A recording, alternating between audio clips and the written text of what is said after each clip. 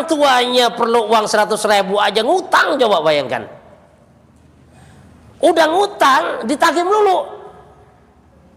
Kata menantunya perempuan, itu mertua kacau mertua anak. Kenapa? Ngutang 100.000 gak dibalik-balikin lagi. Coba bayangkan, kacau kan kalau istilahnya punya menantu seperti itu. Jadi ternyata dalam kehidupan kita banyak kasus-kasus seperti itu. Seorang anak yang berani kepada orang tuanya, seorang anak maki-maki orang tuanya, bahkan seorang anak yang menterlantarkan orang tuanya, ini banyak ternyata.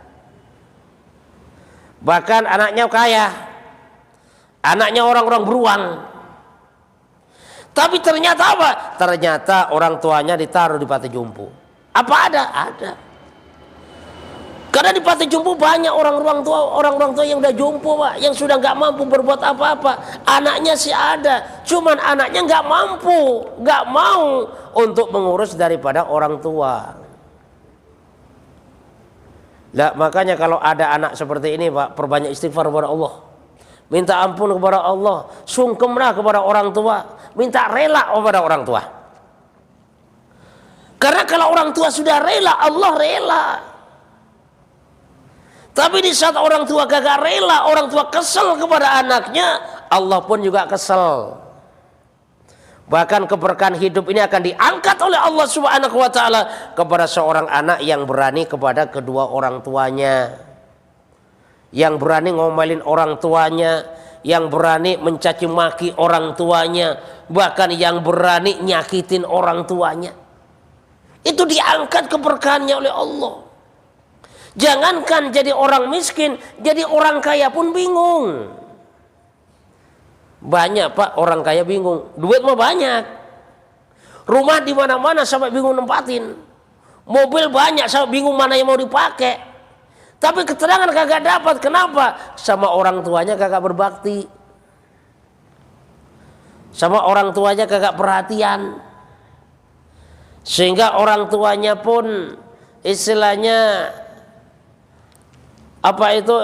orang tuanya itu kecewa sama dia. Ada seperti itu. Makanya kalau kita punya orang tua, masih punya orang tua, jangan sampai kita berbuat yang semacam itu. Kenapa? Karena itu termasuk satu perbuatan di mana perbuatan dilarang oleh Allah Subhanahu wa ta'ala. Karena orang yang berani kepada orang tua, laknatnya, azabnya, siksaannya dari dunia sampai akhirat. Makanya seorang anak yang durhaka kepada orang tuanya, dari dunia pun, Pak, udah sumpek tuh hidupnya. Dari dunia tuh udah susah hidupnya, walaupun dia orang kaya, walaupun dia jabatannya tinggi, walaupun dia tabungannya banyak, tapi sumpek tuh hidupnya. Walaupun tinggal di rumah luas, tapi hatinya terasa sempit. Ini terjadi kepada orang-orang yang tidak mau perhatian kepada orang tuanya. Makanya kita belajar, kita minta ridho kepada orang tua, minta ridho kepada mertua. Kita doakan mertua kita doakan orang tua. Kapan? Minimal dalam sehari itu 5 kali, Pak. Itu minimal. Misalnya orang tua kita sudah meninggal dunia, sering kita bacain surat Yasin, kita kirim surat At-Tabarok, kita perbanyak istighfar, kita sedekah untuk orang tua kita. Dengan harapan apa? Dengan harapan amalan kita untuk orang tua diterima oleh Allah Subhanahu wa ta'ala, dan kita tergolong menjadi anak-anak yang berbakti kepada kedua orang tua.